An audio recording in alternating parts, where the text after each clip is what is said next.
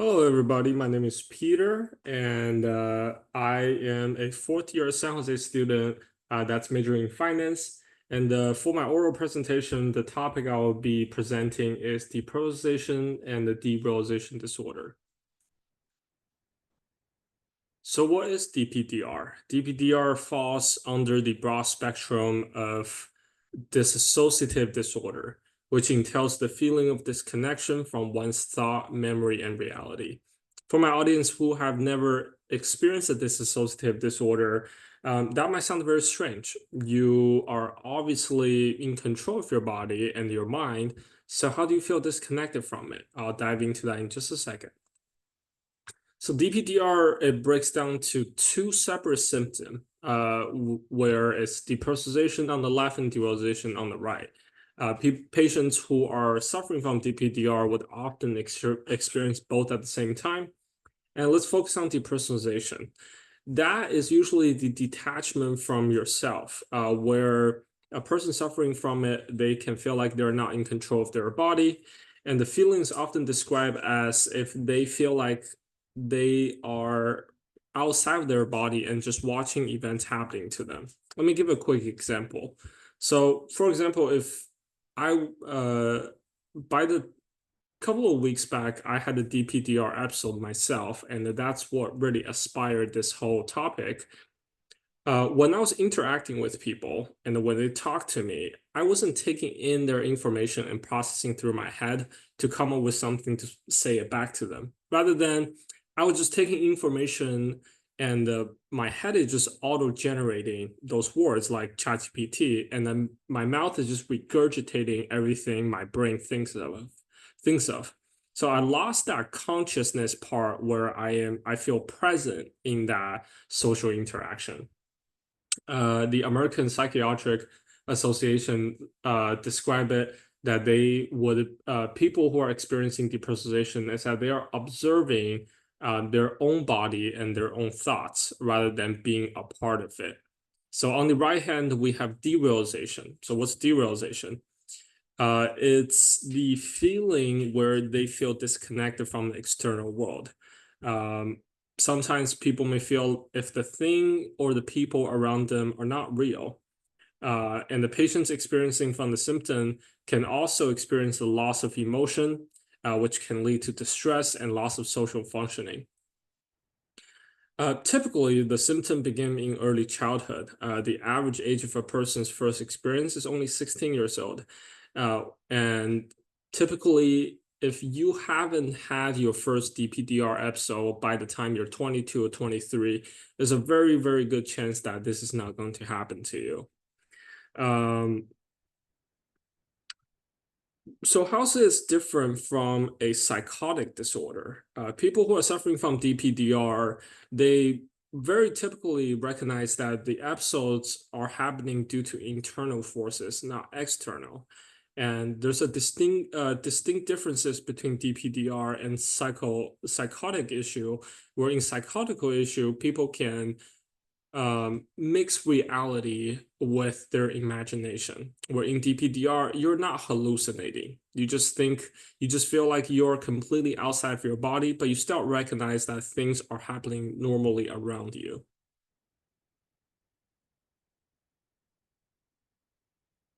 So why did I choose this topic?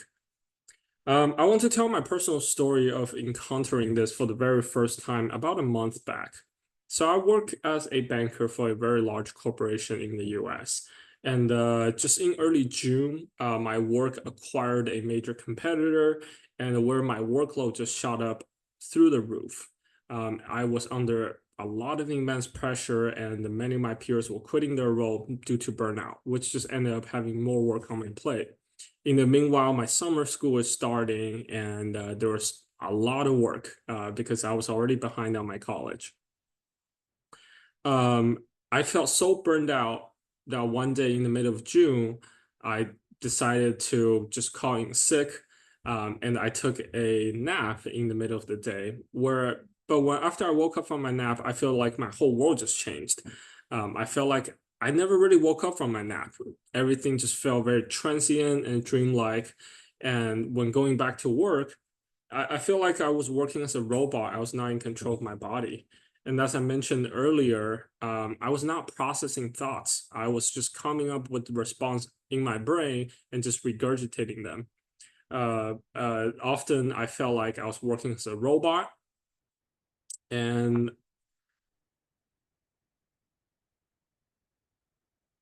my words are not really coming out of my mouth. And before doing research on DPDR and speaking to some mental professional about the condition, I genuinely thought I was going insane. I was questioning my reality and sanity.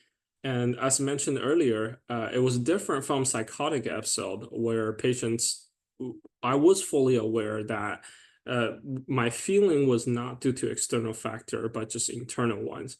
I was very acutely aware that nothing has changed about the world. The work that needs to be done still needs to be done. And I just felt very different about it. And it was honestly a very terrifying experience because in the middle of it, I don't know whether I would ever come out of this trance at all. That also led to a drastic decrease in my motivation. And I just felt complete dreadfulness even thinking about going to work. And this just create a very bad cycle that just kept me in the spiral.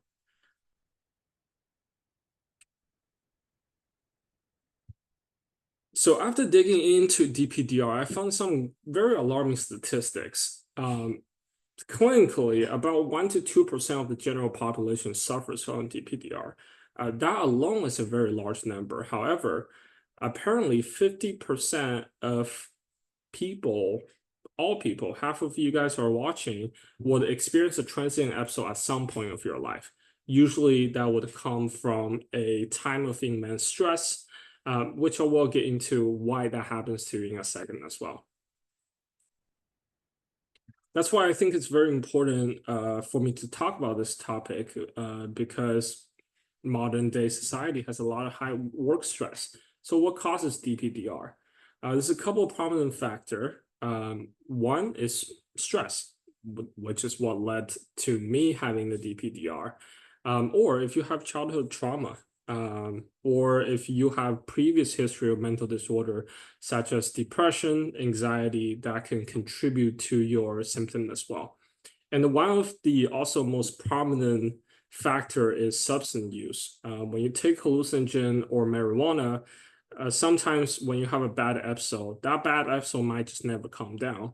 I've actually spoken to someone who encountered DPDR due to marijuana use. And what they told me is that after they used marijuana, they felt like they never came off of the high. And that high left them in just a trance state for 2 to 3 weeks. And they are now never going near marijuana. So on a physical perspective, what's happening in your brain is that if you can encounter DPDR if you have malfunction in your prefrontal cortex or the temporal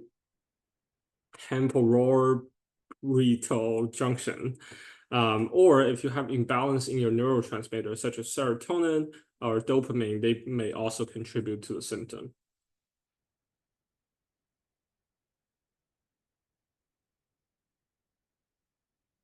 But why does this happen to us?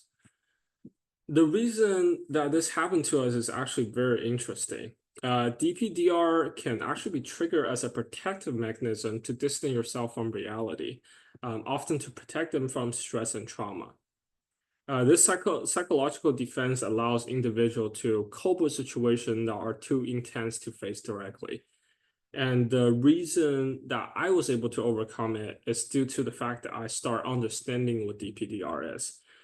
So the way human brain works is that it's designed to self-preserve. Under very stress situation, your body has a fight or flight mechanism. And that is kind of what's happening in your brain when you do encounter DPDR. It will lead to increase of adrenaline and cortisol levels, and your mind may deploy DPDR to buffer you from the emotional impact. This detachment can provide temporary relief to the immediate psychological pain, and those psychological changes can contribute to the feeling of detachment as the brain shift focus from internal to the external world. And the derealization aspect of DPDR can also be described as emotional numbing. So when the brain chooses to detach from one's surrounding, individual can maintain some level of functioning without being overwhelmed by their emotion. So after understanding my condition is stress-induced and my brain simply looking for a way to protect myself from reality, I actually felt an immense relief of knowing I wasn't going insane. And that really created a positive feedback loop in my recovery. Tragically, that is not the case for everybody. There are a lot of good article and TED Talk that I encountered from people who have suffered from DPDR talking about their symptom. There's this one lady, I apologize, I can't remember her name on the top of my head, but she was on TED Talk talking about her experience where she had DPDR ever since she was 10. And that's just all she knew. That's what her reality was. So she couldn't put a finger on exactly what's wrong with her. She just felt very strange. It felt like she was watching her entire life from a third person view.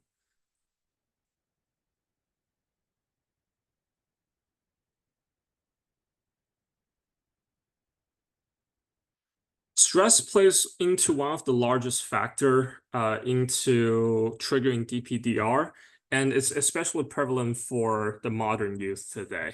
One is that there is a lot of economic burden. Research has shown that the cost of living has risen up drastically when compared to the generations before us. And also, there's a lot of political instability across the world. And in college, it's a very high stress environment. You're put up to task and obligations sometimes you're not prepared for. Sometimes you're trying to hit a deadline that you know you might not be able to hit. And that stress will just often overwhelm you. And also in the search of your career, a lot of people don't know where they're going after college, and this can also create immense stress.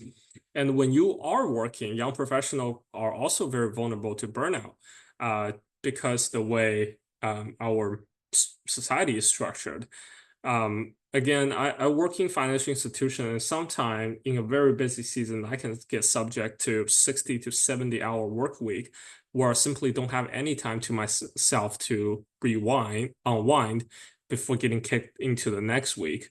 And this can just create a very, very bad cycle. So what should you do? There's a couple of things that you can do. One is how I primarily overcame my DPDR is by being self-aware, do research on DPDR and understanding what is triggering it. The fact that I figured out I wasn't going insane was a huge relief to me. And just understanding my brain simply trying to protect me, that made me feel a lot better about the condition, and that created a positive feedback loop. You can also engage in therapy, talk to a mental health professional, and engage in what's called a cognitive behavioral therapy, which helps you reframe negative thoughts and manage stress. That is tackling the root of DPDR, which can lead to better mental health just down the line as well. And if you really struggle with DPDR or other mental disorder, you could also consider medication. Antidepressant can help you manage your anxiety and depression, but definitely only use it as your last resort because there are a lot of side effects to it, or you could get addicted to it. So consult a medical professional before you decide to go down that route. Even if you're not struggling with DPDR, it's still very important to take care of your mental health. Make sure you give some time to yourself to unplug after the end of the week. What I like doing is to go enjoy a big hike in the nature and to just get away from my really corporate responsibilities.